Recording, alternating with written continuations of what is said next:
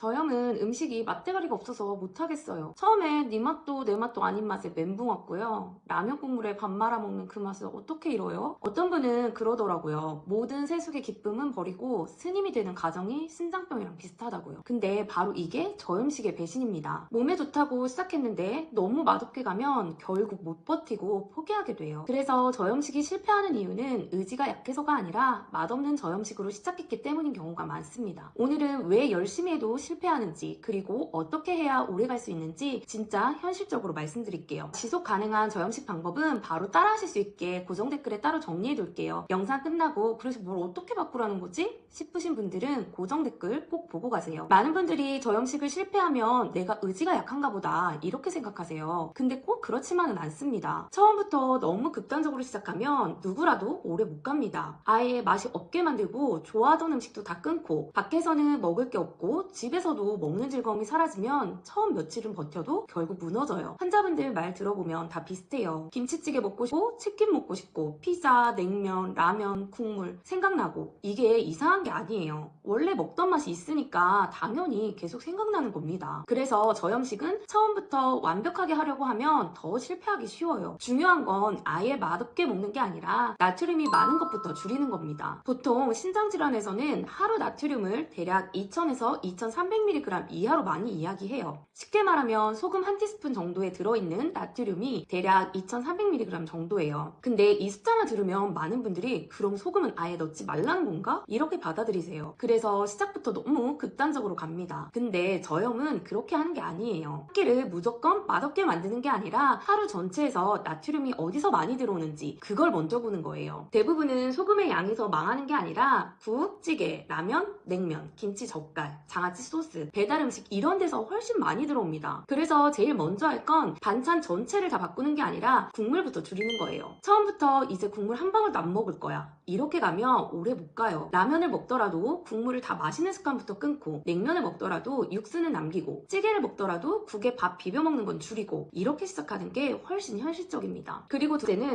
간은 느낌으로 하지 말고 한번 재보세요. 이게 진짜 중요해요. 본인은 싱겁게 했다고 생각하는데 막상 간장, 된장, 고추장 들어간 양을 보면 적지 않은 경우가 많거든요. 그래서 처음 1에서 2주는 티스푼으로 한번 재보는 게 좋아요. 간장도 휙 붓지 말고 소금도 손으로 짚지 말고 한번 재보세요. 그래야 내가 평소에 이 정도 넣는 사람이구나 그 감이 생깁니다. 그리고 많이들 물어보시는 게 저염 간장, 저염 소금 같은 건데요. 이 부분도 좀 조심해서 보셔야 해요. 저염 간장도 그냥 저염 두 글자만 보고 고르시면 안 돼요. 신장 환자분들은 나트륨만 줄인다고 끝나는 게 아니라 칼륨, 인까지 같이 봐야 하는 경우가 많거든요. 그래서 진짜 필요한 건 그냥 덜 짠 간장이 아니라 환자 기준에 맞게 더 꼼꼼하게 본 저염 간장입니다. 그리고 저염 간장이라고 해도 많이 쓰면 결국 나트륨은 또 들어가요. 그래서 그냥 붓는 게 아니라 덜어놓고 양을 정해서 쓰는 게 중요합니다. 예를 들어 간장 종지에 계속 찍어 먹는 것보다 1티스푼 정도만 따로 덜어놓고 그 안에서 먹는 식으로요. 식초 조금, 물 조금, 파 조금 넣어서 희석해서 쓰는 것도 방법이에요. 저염 소금도